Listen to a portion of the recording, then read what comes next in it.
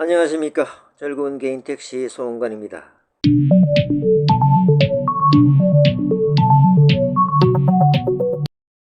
구독과 좋아요, 알림 설정하시면 보다 빨리 최신 정보를 받아보실 수 있습니다. 아시다시피 3.2 복지의 총회를 거쳐 4월에 복지의 정관 개정안을 서울시에 인가 신청을 했지만 무려 2달간의 긴 검토를 거치며 6월 13일 최종 불승인하였습니다. 총회 비용 1억 6천과 이사회 대의원의 비용, 회의비, 수당 등을 합하면 거의 2억 이상이 든 총회가 최종 무의로 끝난 것입니다. 그러나 불승인된 정관 개정안을 차순선 이사장은 7월 26일 대의원회를 거쳐 원래 제출한 정관 개정안 중 제10조 가입 및 탈퇴, 조합과 복지의 가입안을 함께 제출을 그대로 다시 신청하는 목례를 부렸습니다.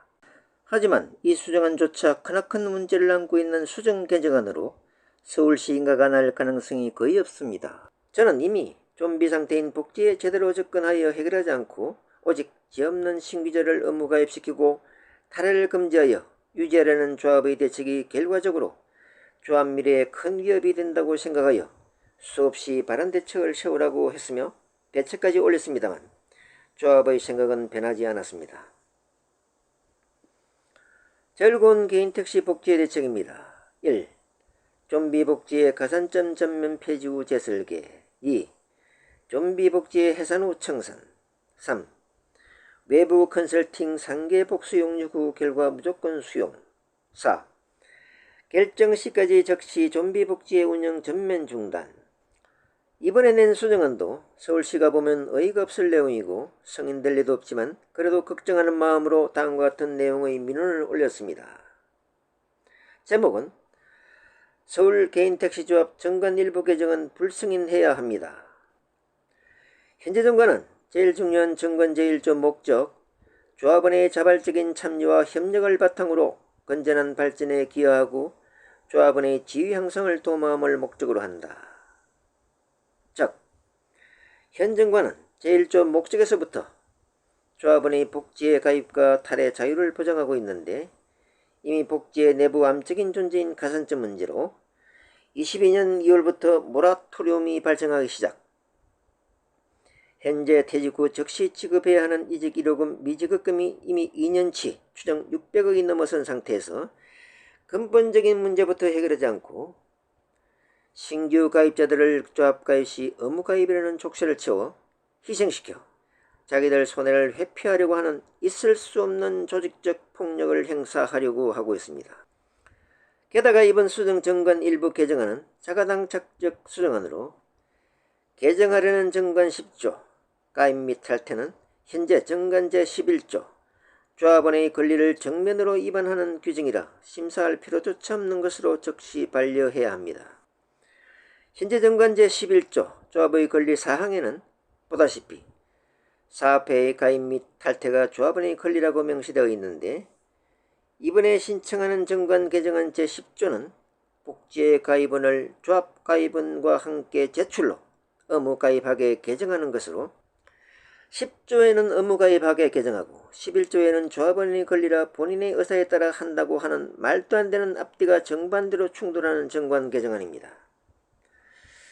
어찌 전국 최대 개인택시 조합인 서울개인택시조합이 이런 말도 안 되는 정관 개정안을 기획하고 이사회를 거쳐 대의원회까지 통과하여 피같은 조합비 2억 가까이 낭비하고 조합원을 기만하고 감독관청인 서울시 인가까지 신청한다는 것입니까?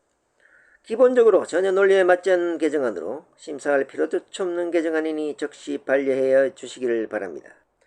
현재 서울개인택시조합 복지 상황을 잠시 살펴보면 복지의 이직 1호금은 퇴직 시 즉시 지급해야 하는데도 가산점 문제로 이직 1호금, 미지급금이 매월 대략 1개월치가 추가 누적되고 있고 현재 퇴직하는 조합원의 이직 1호금은 최소 5년이 지나야 받을 수 있는 상황이며 이마저도 매우 불확실합니다.